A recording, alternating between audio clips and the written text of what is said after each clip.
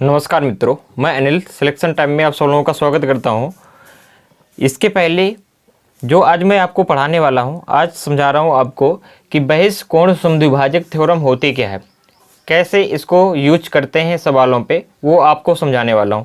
लेकिन अगर आपने इसके पहले वाला वीडियो नहीं देखा तो उसको ज़रूर देखिए, तब ये समझ में आएगा। कल मैंने आपको समझाया था, एक बार रिवीजन करवा देता हूँ जल्दी से। ये भी आपको समझाया था कि मान लेता हूँ कि ये कोई ABC आपका त्रिभुज है। क्या है? ABC आपका एक त्रिभुज है। अगर इसके अंदर एक वृत्त बना दिया जाए और इसकी सभी भुजाएं आपको दे दी जाएं, ये मान लेता हूँ ये A है, ये B है और ये C है, और पूछा जाए कि इस वृत्त की त्रिज्या कितनी होगी, स्मॉल r, तो स्मॉल r बड़ा होता है डेल्टा अपॉन एस।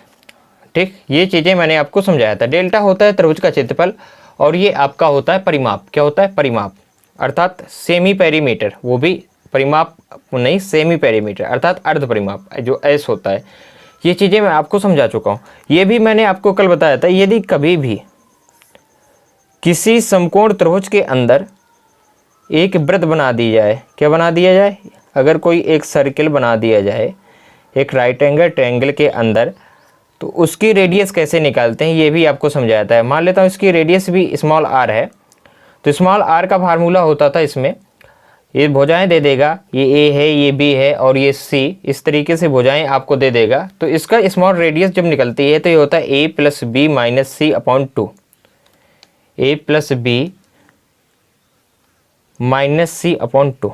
ये इस तरीके से निकलती है। किसकी?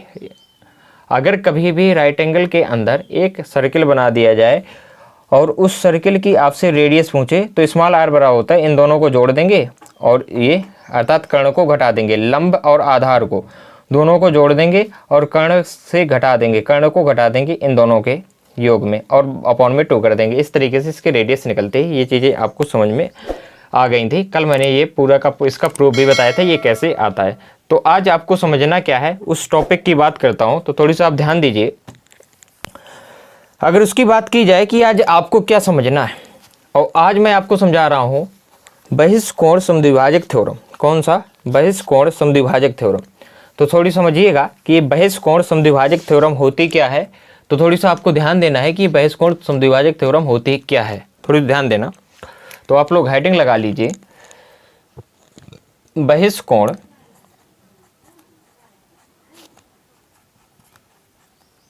समद्विभाजक थ्योरम।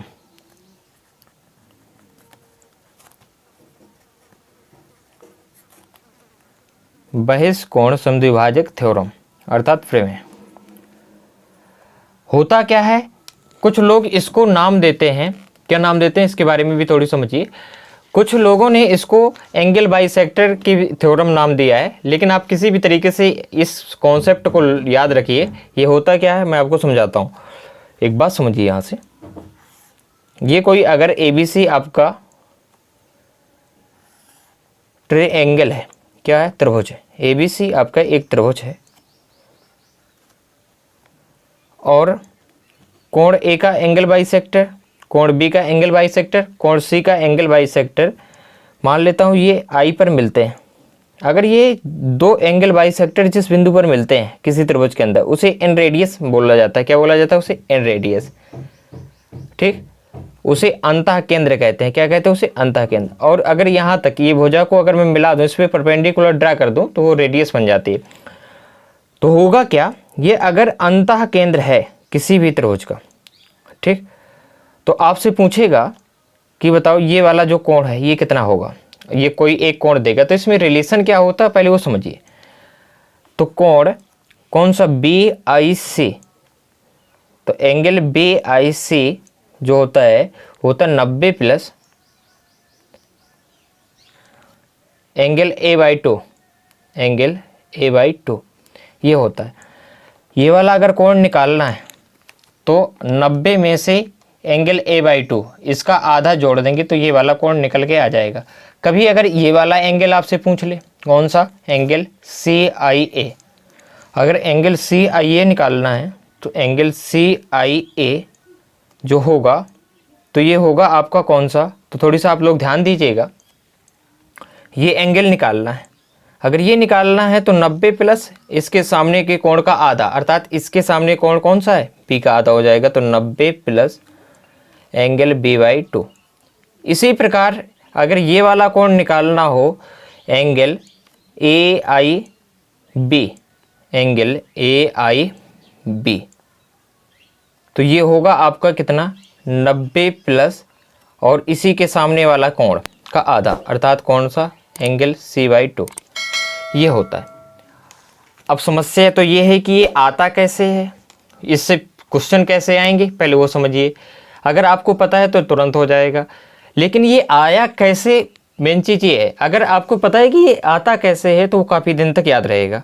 अगर मैं आपको ऐसे याद करवा दूं कि ऐसा से ऐसा होता है, इसको याद करिए, ये इसमें एक रिलेशन होता है। अगर आई ये है, अंता केंद्र है, तो एंगल BIC अगर निकालना है तो इसका आधा कर देंगे कोण ए का और 90 में जोड़ देंगे तो ये याद हो जाए, मतलब याद हो जाए बात एक अलग है। लेकिन अगर इसको आपको ये पता है कि ये बनता कैसे है, फिर ये धीरे धीरे याद हो तो बहुत सारे कॉन्सेप्ट और क्लियर होंगे। कैसे, थोड़ी समझिएगा आप लोग।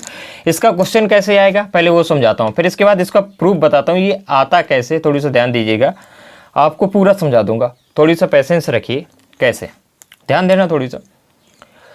होगा ये आपको दे देगा, बताओ इस तरीके से दे देगा, ये बोल देगा ये A है, ये B है, ये C है, और ये दे देगा कि ये I है, और यहाँ से दे देगा कि एंगल बाइसेक्टर है, कोण C का एंगल बाइसेक्टर और कोण B का एंगल बाइसेक्टर I पर मिलते हैं, नाम दे देगा। और ये दे देगा आपको कोई ना कोई कोण दे देगा, ये दे देगा कि 60 डिग्री है, तो याद करो कि ये एंगल पूछ लेगा कि एंगल BIC कितना होगा, अर्थात ये वाला कोण पूछ लेगा।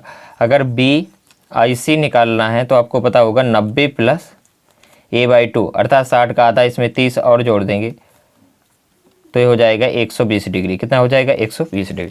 तो इस तरीके से ये निकलता है। तो उम्मीद है कि ये चीज़ें आपको समझ में आ जाएंगी जब पेपर आएगा। बट ये आया कैसे, ये चीज़ आती कैसे, उसके बारे में थोड़ी समझिए। तो ध्यान देना, आप पूरा समझिए, मैं आपको अभी समझाता हूँ पूरा का ज्यों का त्यों, ठीक। कैसे ये आया कैसे, मेन चीज़ ये है, तो थोड़ी समझना। अगर आपको क्यों पता है ना इसका, तो ज़्यादा दिन तक याद रहेगा।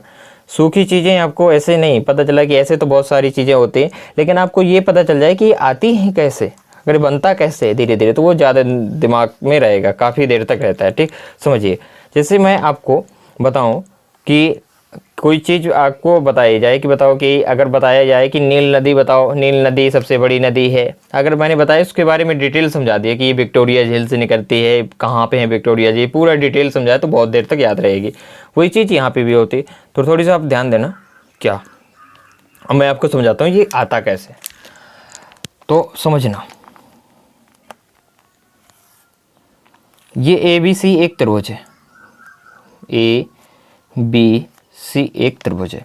अगर ये त्रिभुज है तो आपको पता है, और ये एंगल बाइसेक्टर है, क्या है, एंगल बाइसेक्टर है, कोण B का एंगल बाइसेक्टर, कोण C का एंगल बाइसेक्टर, यानी एंगल बाइसेक्टर मतलब कोण समद्विभाजक, ये I पर मिलते हैं। कहाँ पे मिलते हैं, एंगल बाइसेक्टर, ये कोण C का एंगल बाइसेक्टर और कोण B का एंगल बाइसेक्टर, ये I पर मिलते हैं। कहाँ पे, I पे।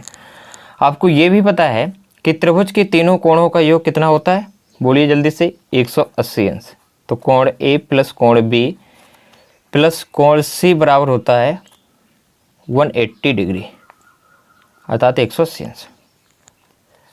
अगर ऐसा है तो अगर मैं इस पूरे बड़े वाले त्रिभुज की बात कर रहा हूँ, इस वाले त्रिभुज की, तो कोण A प्लस कोण B प्लस कोण C बराबर कितना, 180 डिग्री मैं लिख सकता हूँ, नहीं लिख सकता हूँ, बिल्कुल लिख सकता हूँ। और इस वाले त्रिभुज की अगर बात की जाए, इस वाले त्रिभुज की, कोण BIC की, तो ये वाला कोण अगर बात की जाए तो ये वाला कोण कितना है, आपको पता है कि एंगल बाइसेक्टर है तो ये B/2 है। ये वाला एंगल अगर पूछा अगर जाए, अगर टोटल C है तो C/2 ये हो जाएगा, C/2 ये हो जाएगा, तो ये एंगल कितना है, C/2 है, और ये एंगल कितना है, I है। तो इसको भी, इस वाले त्रिभुज की अगर बात की जाए तो इस त्रिभुज के क्षेत्रफल, वो क्षेत्रफल नहीं सॉरी क्या, इस त्रिभुज के तीनों कोणों का योग भी कितना होगा, 180 डिग्री। तो समझना, इसको मैं लिख सकता हूँ कि कोण B/2 प्लस कोण C/2 प्लस कोण I इक्वल टू मैं लिख सकता हूँ 180 डिग्री। इतनी बात आपको समझ में आ गई। अगर इतनी बात आपको समझ में आई तो एक बात समझना, इसको मैं बाई 1 दे देता हूँ इक्वेशन नंबर 1, इसको इक्वेशन नंबर 2 दे दिया नाम। अगर ऐसा आपको समझ में आया तो अब एक बात समझना, यहाँ से ध्यान देना, अगर ऐसा है तो बाई 1 को मैं लिख सकता हूँ बाई 1 से। अगर मैं इसमें 2 का भाग दे दूँ दोनों पक्षों में, ठीक, dividing by 2 by equation number 1, तो यहाँ से मैं लिख सकता हूँ angle A/2 plus angle B/2 plus angle C/2 equal to 90 degree. कितना लिखा जा सकता है? 90 डिग्री। अगर इतना लिखा जा सकता है, अगर बाई इक्वेशन नंबर 2 में अगर मैं ये वैल्यू पुट कर दूं, कितना, B/2 और C/2 की जगह में कितना लिखा जा सकता है? इन दोनों की जगह लिखा जा सकता है 90 माइनस A/2, ठीक। तो बाई 2 में लिख सकते हैं 90 माइनस कोण A/2 प्लस कोण I बराबर 180 तो चल ही रहा है। अब यहाँ समझिएगा, ये इस तरफ चला जाएगा 180 में से, ये 90 उस तरफ चला जाएगा तो माइनस का हो जाएगा, तो यहाँ से, और ये भी चला जाएगा तो प्लस का हो जाएगा। तो कोण I बराबर लिखा जा सकता है 180 में से ये 90 चला जाएगा तो 90, और ये माइनस का उस तरफ जाएगा तो ये हो जाएगा कितना, प्लस का, तो A/2। और यही मुझे प्रूफ करना था कि कोण I बराबर कितना, A/2, अर्थात इसका आधा होगा। तो ये चीज़ें आपको समझ में आ गई होंगी। उम्मीद है कि ये चीज़ें मैं आपको समझा पाया। क्या इसी प्रकार मैं इधर से ही, अगर इसको ये कोण निकालना है तो 90 प्लस A/2 कितना, अगर ये कोण निकालना है तो इसको लिखा जा सकता है 90 प्लस A/2। अगर इसी प्रकार ये कोण, अगर इसका समद्विभाजक, कोण A का समद्विभाजक, ये भी अगर I पर मिले, अगर ये वाला एंगल मुझे निकालना हो तो इसी प्रकार मैं सिमिलरली लिख सकता हूँ। सिमिलरली अगर ये वाला एंगल निकालना है तो इसका आधा हो जाएगा, तो एंगल, ये एंगल I है, कौन सा I है ये, ठीक, ये एंगल I है। तो यहाँ से मैं लिख सकता हूँ BIA, BIA इक्वल टू हो जाएगा 90, कितना, 90 प्लस ये B/2। इसी प्रकार ये निकालना है तो ये C/2 हो जाएगा, कितना हो जाएगा, C/2, 90 प्लस C/2, अर्थात angle AIB, AIB equal to हो जाएगा 90 प्लस एंगल C/2। तो इस तरीके से ये पूरे के पूरा प्रूफ होता है। तो ये चीज़ें आपको समझ में आ गई होंगी बहुत अच्छी तरीके से। अगर आपने सही से समझा है तो उम्मीद है कि ये चीज़ें आपको समझ में आ गई होंगी, ठीक।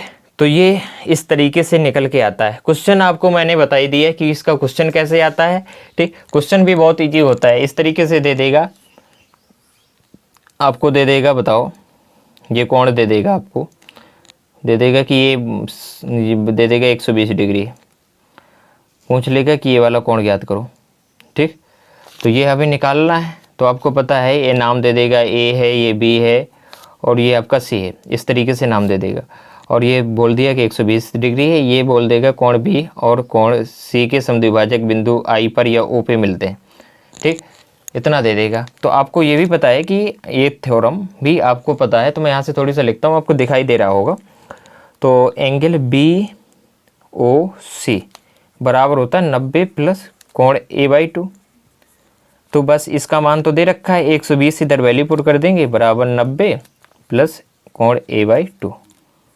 बस अगर ऐसा लिख दिया मैंने तो यहाँ से दिख रहा है ना, इतनी चीज़ आपको दिख रही होगी। बस इसको सॉर्ट आउट कर देंगे तो 120 में से 90 चला जाएगा, तो यहाँ पे 23 डिग्री यहाँ बचेगा, और बराबर एंगल A/2। बस अगर A/2 अर्थात A/2 अगर 23 डिग्री है तो टोटल A पूछ रहा है, तो ये कोण A हो जाएगा 60 डिग्री, कितना, 60 डिग्री। इस तरीके से ये निकल के आ जाएगा। तो ऐसे आता है क्वेश्चन, जो है इस तरीके से बनेगा। तो उम्मीद है कि ये चीज़ें आपको समझ में आ गई होंगी, ठीक। तो अगर आपको, अगर नहीं समझ में आया है तो 1-2 बार इसको आप रिपीट करके देखिए, पूरा का पूरा समझ में आ जाएगा। मैं डेली एक एक कॉन्सेप्ट समझाऊंगा, लेकिन आप इसको डेली बनाइए, नोट्स बनाइए और इसको देखिए, तब ये कहीं का समझ में आ जाएगा। एक दिन में आप नहीं, कोई कहते ना अखाड़ा में जाने से तुरंत पहलवान नहीं बन जाता, ना कोचिंग में जाने से, ना चैनल को देखने से कोई तुरंत विद्वान बन जाता, थोड़ी सा टाइम लगता है, उस टाइम को आपको देना पड़ेगा, धीरे धीरे प्रैक्टिस करनी पड़ेगी। कहते हैं रेगुलर प्रैक्टिस करनी पड़ेगी। कोई भी लक्ष्य मनुष्य के साथ से बड़ा नहीं, हारा तो वो है जो कभी इंसान लड़ा ही नहीं, तो वो आपको लड़ना पड़ेगा, करना पड़ेंगी चीज़ें। कहते हैं क्यों भरोसा रखता है गैरों पर, जब चलना है तुझे खुद ही अपने पैरों पर। तो ये सब चीज़ें हैं, मेहनत आपको करनी पड़ेगी, ठीक, तब कहीं कुछ हो पाएगा। ठीक, तो आप लोग इसको देखिए daily daily. Thank you so much. आज की क्लास यहीं तक रहेगी। धन्यवाद।